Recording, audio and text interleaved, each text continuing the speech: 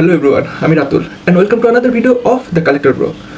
আমরা ঠিক করছি যে প্রতি রবিবারে, আশা করি প্রতি রবিবারে আমরা একটা করে পেপ টক, একটা 2 মিনিটের ভিডিও করব যেখানে কালেকশন রিলেটেড হবে, কিন্তু কোনো দেশের নোট কয়েন বা ডাক টিকিট নিয়ে না। সেটি হবে আমাদের চারপাশের জীবন নিয়ে, কালেকশন রিলেটেড আমাদের কী কী হলো একটা আমি গল্প বলবো। তেমনই আজকের টপিক হলো গিফট ইজ গিফট। এখন এই টপিকটা আমার গতকালকে মাথায় এসেছে, যখন আমার একটা ক্লোজ ফ্রেন্ড আমাকে একটি গিফট করলো। কোন দেশের note? A bank note from China.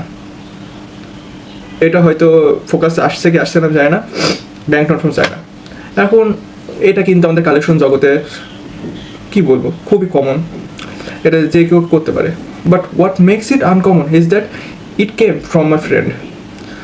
সে জানে আমি কালেকশন করতে পছন্দ করি, তাই সে যখন বাড়িতে এটা পেয়েছে সে নিজের কাছে রাখতে পারতো, রাখিনি।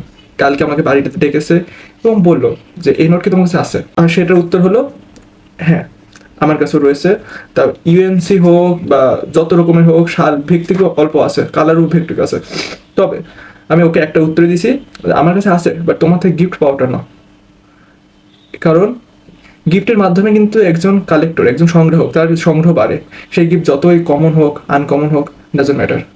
সে যদি কেউ যদি তো আপনাকে ভালোবেসে একটা 1 টাকার কয়েনও গিফট করে, সেটাও মূল্যবান, সেটাও কোনো রূপোর কয়েনের থেকে মূল্যবান হয়ে যাবে। কজ সেটার সাথে সেই মানুষের আর আপনার একটা সম্পর্ক মজবুত হচ্ছে, আপনাকে মনে রেখেছে এইটা।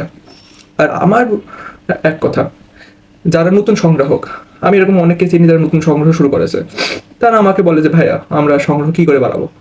আমার প্রথমে একটা কথাই, সবাইকে বলো তুমি একজন কালেক্টর, তুমি কালেকশন শুরু করেছো। কারোর কোনো দেশের নোট কয়েন থাকলে আমাকে কি দিবা অ্যাজ এ গিফট। আগে কেনাকাটির কথা চিন্তা করা উচিত না, কেনাকাটার উচিত না। আমি মনে করো আজকে কালেকশন করলাম, কালকে ভাবছি না আমার 1 সপ্তাহের ভিতরে 100 দেশের নোট লাগবে, তা তুমি কালেকশনের মজাই বুঝলে না। আর আস্তে আস্তে হবে, সে সময় লাগবে। আর এর ভিতরেই গিফট একটা খুবই বড় ভূমিকা রাখে। আমরা দেখবো যে আমাদের এই সংগ্রহ জগতে অনেকগুলো বড় ভাইয়া আপু, অনেকের সাথে দেখা হবে, পরিচয় হবে।